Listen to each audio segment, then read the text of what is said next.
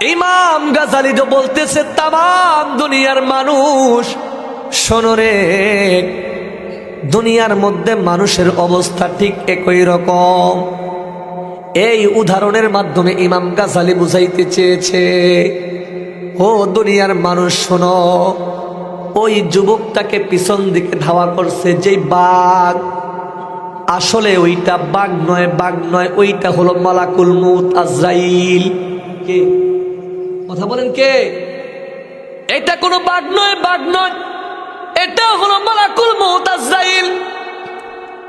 ইমাম গাজালি 2 নাম্বার উদাহরণ দিয়ে বলে, যেই দেখা যায় সাপটা তার গন্তব্য ওই কূপের নিচের মধ্যে অপেক্ষা করতেছে, প্রহর গুনতেছে, বলে ওইটা কোনো সাপ নয়, সাপ নয়। ও দুনিয়ার মানুষ, ওইটা সাপ নয়, ওইটা হলো কবর। প্রত্যেক মানুষের জন্য কবর অপেক্ষা করতেছে। 3 নাম্বার বলতেছেন যে ঝুলন্ত রশিটা। ইমাম গাজালি বলে, ঝুলন্ত রশিটা রশি নয়, আমি এটাকে উদাহরণ স্বরূপ দুনিয়ার মানুষের সামনে পেশ করলাম। এইটা হলো মানুষের হায়াতের জিন্দিগি, হায়াতের জিন্দিগি। আল্লাহ তাআলা দুনিয়ার মানুষদেরকে কাউকে 50 বছরের জিন্দিগি দিছে, কাউকে 40 বছরের জিন্দিগি, কাউকে 30, কাউকে 20, কাউকে 10, কাউকে 5, কাউকে 1। কথা বলে না কেন? আবার কাউকে আল্লাহ তাআলা 60, 70, 80, 90, 100 বছরের জিন্দিগি দিছেন। গাজালি রহমাতুল্লাহি আলাই তার কিতাবের মধ্যে লেখছেন যে এক ব্যক্তি সন্ধ্যাবেলায় এক গিরিপথ ধরে হাঁটতেছে জংলার পাশ দিয়ে। হঠাৎ করে যুবকটা যখন পিছনের দিকে তাকাইছে, দেখতেছে ওই যুবকের পিছনে একটা বাঘ তাকে ধাওয়া করতেছে, তার দিকে তেড়ে আসতেছে, ধেয়ে আসতেছে। বাঘ আগাম সংবাদ দিচ্ছে, অল্প কিছুক্ষণের মধ্যেই আমি তোমাকে দুনিয়া থেকে শেষ করে দেব। ওই যুবক বাঘের হাত থেকে বাঁচার জন্য রাস্তা খুঁজতেছে, কোথায় যাব। এমন সময় সন্ধ্যা হয়ে যাচ্ছে, পাহাড়ের গিরিপথ জংলার পাশ দিয়ে যাচ্ছে, পাশে কোনো বাড়ি নাই, আশ্রয় নেওয়ার কোনো কি নাই, জায়গা নেই। কি করা যায়? এই যুবক এক পর্যায়ে নিজের আত্মরক্ষার্থে দেখলেন সামনে বিশাল বড় একটা পুরাতন কূপ দেখা যাচ্ছে। কূপ চিনেন? কুয়া যেটাকে বলে, কুয়া, পুরাতন কুয়া, অনেক বড় গর্ত, বিশাল গর্ত। এক যুবক তো দেখতেছেন আমার প্রাণ রক্ষার্থে কোনো জায়গার ব্যবস্থা নাই, কি করা যায়? তাৎক্ষণিকভাবে বাঘের হাত থেকে বাঁচার জন্য, নিজের জীবনের বাঁচানোর জন্য ওই কূপের মধ্যে লাফ দিছে। কূপের মধ্যে লাফ দেওয়ার পরে বিশাল গর্ত তো নিচের দিকে যাচ্ছে যাচ্ছে, এমতো অবস্থায় ওই যেই যুবক নিজের জীবন রক্ষার্থে কূপের মধ্যে, কুয়ার মধ্যে লাফ দিলেন, সেই যুবকটাই দেখতেছেন যে অতল গভীর, তিনি গভীরে চলে যাচ্ছেন। কি করা যায়? দেখলেন ওই কুয়া বরাবর একটা ঝুলন্ত রশি। কি দেখলেন? কথা বলেন, কি দেখলেন? ঝুলন্ত রশি আছে। তখন যুবকটা 2 হাত দ্বারা ওই রশিকে চেপে ধরলেন। রশিকে ধরার পরে যুবকটা যখন একটু স্থির হলেন, স্থির হওয়ার পরে যুবকটা নিচের দিকে তাকাইলেন যে আমি কোথায় নামতেছিলাম। দেখলেন ওই কুয়ার শেষ যেখানে, সেই জায়গার মধ্যে একটা বিষাক্ত সাপ তার জন্য অপেক্ষা করতেছে। তার দিক তাকিয়ে আছে, কুয়ার নিচে একটা বিষাক্ত। উপরের দিকে যুবক তাকাইলেন, উপরের দিকে কোথায়? উপরে তাকিয়ে দেখেন যেই বাঘ তার পিছু নিয়েছিল, ওই বাঘ কূপের সামনে তার জন্য অপেক্ষা করতেছে, দাঁড়িয়ে আছে। যুবকটা আরো বেশি পেরেশান হয়ে গেলেন। আমি যার হাত থেকে বাঁচার জন্য কূপের মধ্যে ঝাঁপ দিলাম, লাফ দিলাম, এই কূপের গন্তব্য শেষ জায়গার মধ্যে বিষাক্ত সাপ অপেক্ষা করতেছে।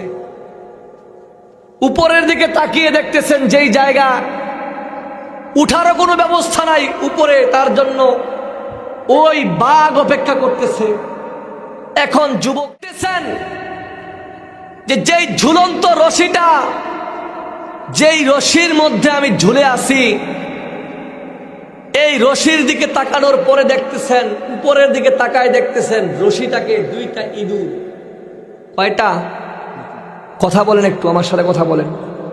দুইটা ইঁদুর, একটা সাদা ইঁদুর আর একটা কালো ইঁদুর ওই রশিটাকে কাটতেছে। বলেন তো সে কত পেরেশানি হয়ে গেছে।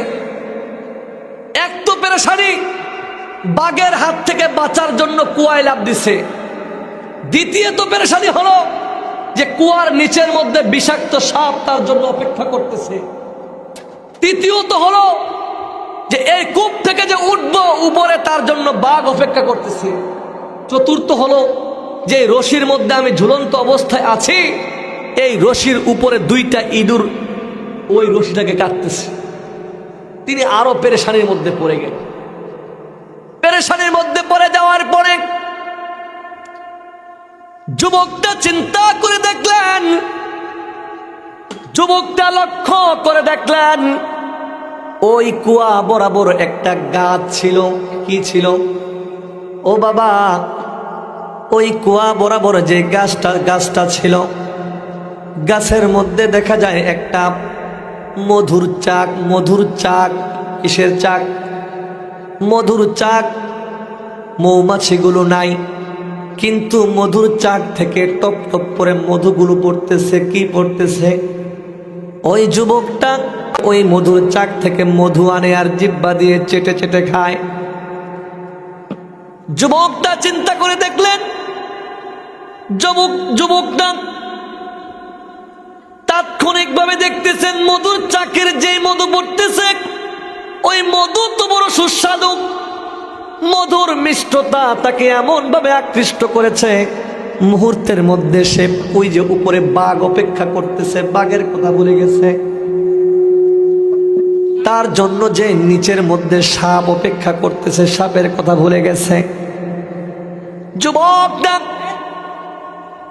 মধুর মিষ্টতা পাইয়া যাই রশির মধ্যে ঝুলন্ত অবস্থায় আছে,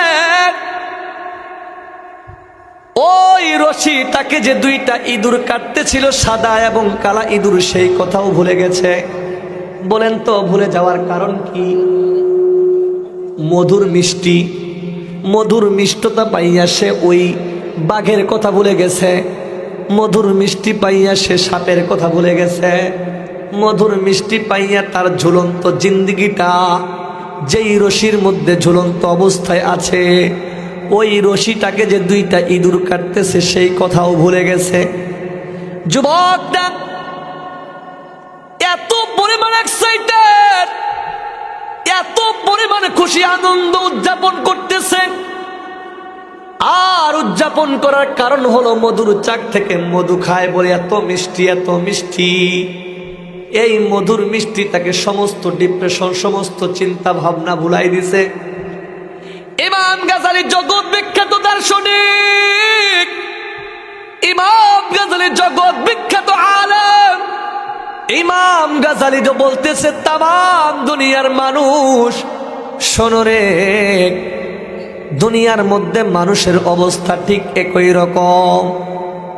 এই উদাহরণের মাধ্যমে ইমাম গাজালি বুঝাইতে চেয়েছে, ও দুনিয়ার মানুষ শোনো, ওই যুবকটাকে পিছন দিকে ধাওয়া করছে যেই বাঘ, আসলে ওইটা বাঘ নয়, ওইটা হলো মালাকুল মউত আজরাইল। কে? কথা বলেন কে?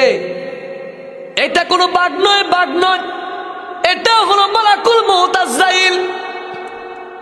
ইমাম গাজালি 2 নাম্বার উদাহরণ দিয়ে বলে, যেই দেখা যায় সাপটা তার গন্তব্য ওই কূপের নিচের মধ্যে অপেক্ষা করতেছে, প্রহর গুনতেছে, বলে ওইটা কোনো সাপ নয়। ও দুনিয়ার মানুষ, ওইটা সাপ নয়, ওইটা হলো কবর। প্রত্যেক মানুষের জন্য কবর অপেক্ষা করতেছে। 3 নাম্বার বলতেছেন যে ঝুলন্ত রশিটা, ইমাম গাজালি বলে, ঝুলন্ত রশিটা রশি নয়, আমি এটাকে উদাহরণ স্বরূপ দুনিয়ার মানুষের সামনে পেশ করলাম। এইটা হলো মানুষের হায়াতের জিন্দিগি, হায়াতের জিন্দিগি। আল্লাহ তাআলা দুনিয়ার মানুষদেরকে কাউকে 50 বছরের জিন্দিগি দিছে, কাউকে 40 বছরের জিন্দিগি, কাউকে 30, কাউকে 20, কাউকে 10, কাউকে 5, কাউকে 1। কথা বলে না কেন? আবার কাউকে আল্লাহ তাআলা 60, 70, 80, 90, 100 বছরের জিন্দিগি দিছেন। ইমাম গাজালি বুঝাইতে চায়, ও দুনিয়ার মানুষ রে, যেই রশিটা ঝুলন্ত অবস্থায় আছে ওইটা রশি নয়, ওইটা হলো হায়াতের জিন্দিগি।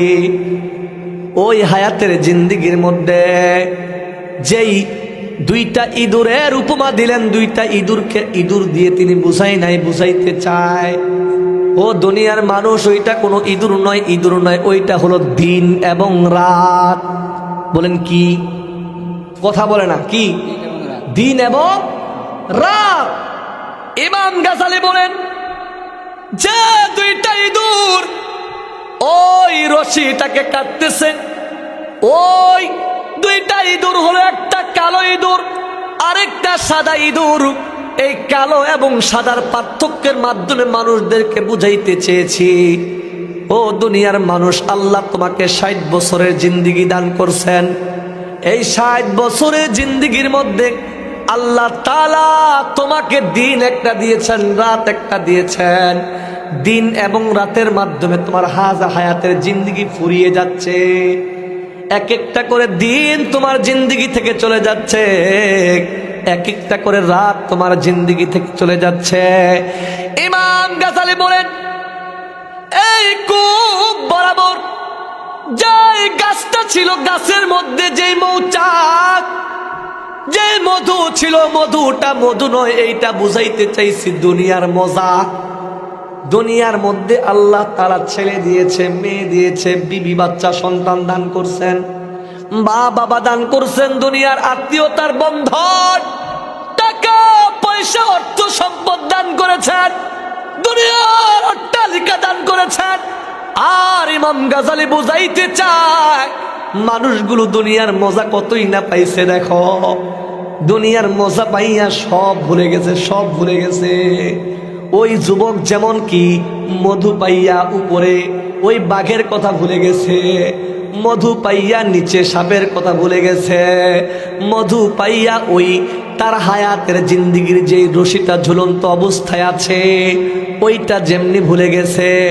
ঠিক দুনিয়ার মানুষদেরকে বুঝাইতে চেয়েছে, ও দুনিয়ার মানুষরে, ওই যুবকের কূপের সামনে যেই বাঘ অপেক্ষা করতেছে, ওইটা বাঘ নয়, বাঘ নয়, ওইটা হলো মালাকুল মউত আজরাইল, যা প্রতিনিয়ত তোমার পিছনে আমার পিছনে আল্লাহর হুকুমে লেগে আছে। কথা বলেন ঠিক কিনা?